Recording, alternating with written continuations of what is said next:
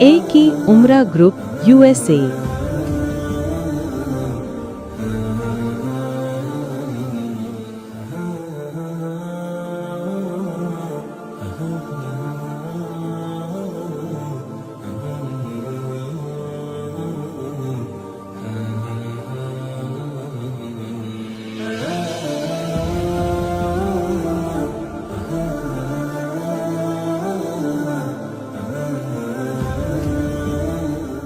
Now, when we talk about more of the technical term or definition, it means the intention of commencing a nusuk.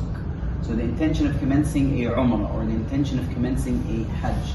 And so by default, once you have that intention of going into it, it's like saying, it's the same thing as saying tahrimat al-ihram, right? Or takbirat al-ihram. When you first start your prayer, you say Allahu Akbar. It's called takbirat al-ihram. Because when you go into that state of prayer, there are certain things you're not allowed to do, right? You can't be talking with your neighbors, you can't be fidgeting, you can't be moving, you can't be walking. So certain things become prohibited for you. The same concept, right? Going into ihram is your intention of starting an act of worship, which is umrah or hajj, and then by default there are certain things that become prohibited for you. Okay? And we're going to talk about what what those are prohibitions are. We're going to talk about in detail, inshallah. Now, if you want to follow through the PDF, I think we're starting at page 12. Right?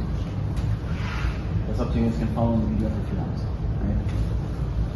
Now, I'm going to skip the prerequisites of Hajj and Umrah, but usually they talk about the ruling of Hajj and Umrah, and so there is a difference of opinion about it. This manual that I created, just to not cause confusion, I created it based on a single opinion of a school of thought, which is the Hamdi school of thought, right?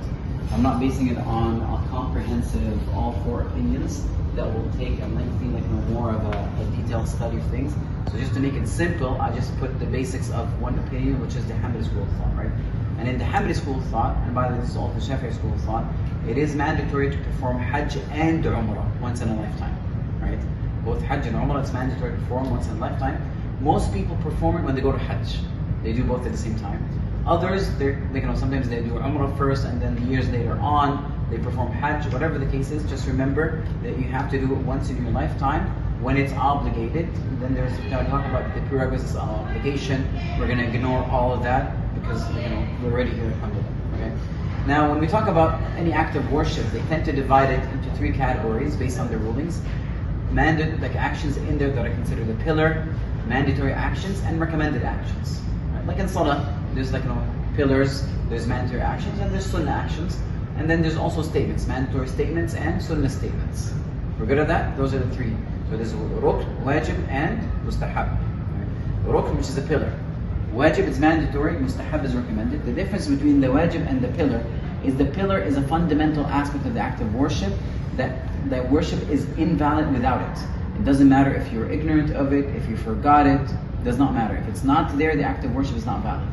It's the same as, for example, when you say standing in salah is a pillar, right?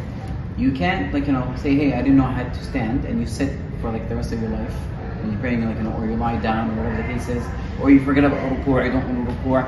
It does not matter. Ignorance and forgetfulness invalidates your prayer.